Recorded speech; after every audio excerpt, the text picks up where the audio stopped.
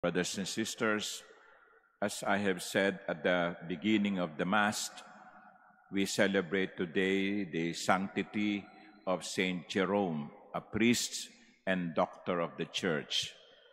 And I mentioned that he was the one who translated the Bible from Greek to Latin, which we call Vulgata.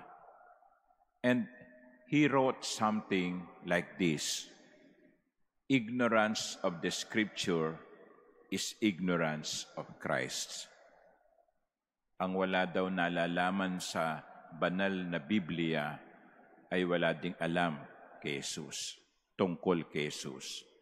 Sa makatwid, makikilala lamang natin ang Panginoon kung babasahin natin ang banal na kasulatan. Ignorance of the Scripture is ignorance of Christ. And so, if we would like to get to know Jesus, we have to read the Bible. And therefore, the first thing that we should be doing is buy a Bible. Kung wala pa ko yung Biblia sa bahay, bumili kayo. Regaluhan nyo ang sarili nyo sa Pasko ng magandang Biblia.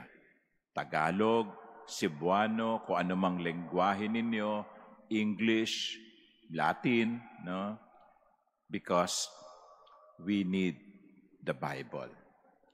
You know, it is said that we Catholics are more inclined to have images in our houses.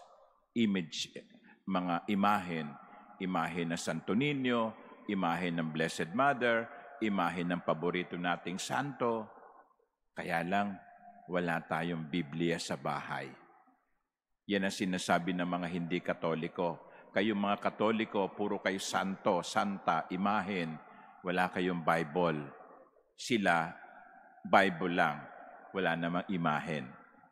So, we have to rediscover the beauty of the Scriptures. But it is not enough that we buy a Bible. Ang ganda-ganda nga ng Biblia mo. Meron pang gold siding, no? Hindi mo naman binabasa. So, anong saysay nun? Naka-display lang sa altar, nakabukas pa, no? Pero dandaanan lang. The Bible is meant to be read. Read the Bible. Reflect and pray on the Bible. We will see and discover so many things about God, about Jesus Christ, about the church, about ourselves when we read the Bible. But I have to admit that we cannot understand everything that we read in the Bible. Nasubukan niyo na bang basahin yung Book of Revelation, yung huling Bible book? Ang labo, ang hirap intindihin.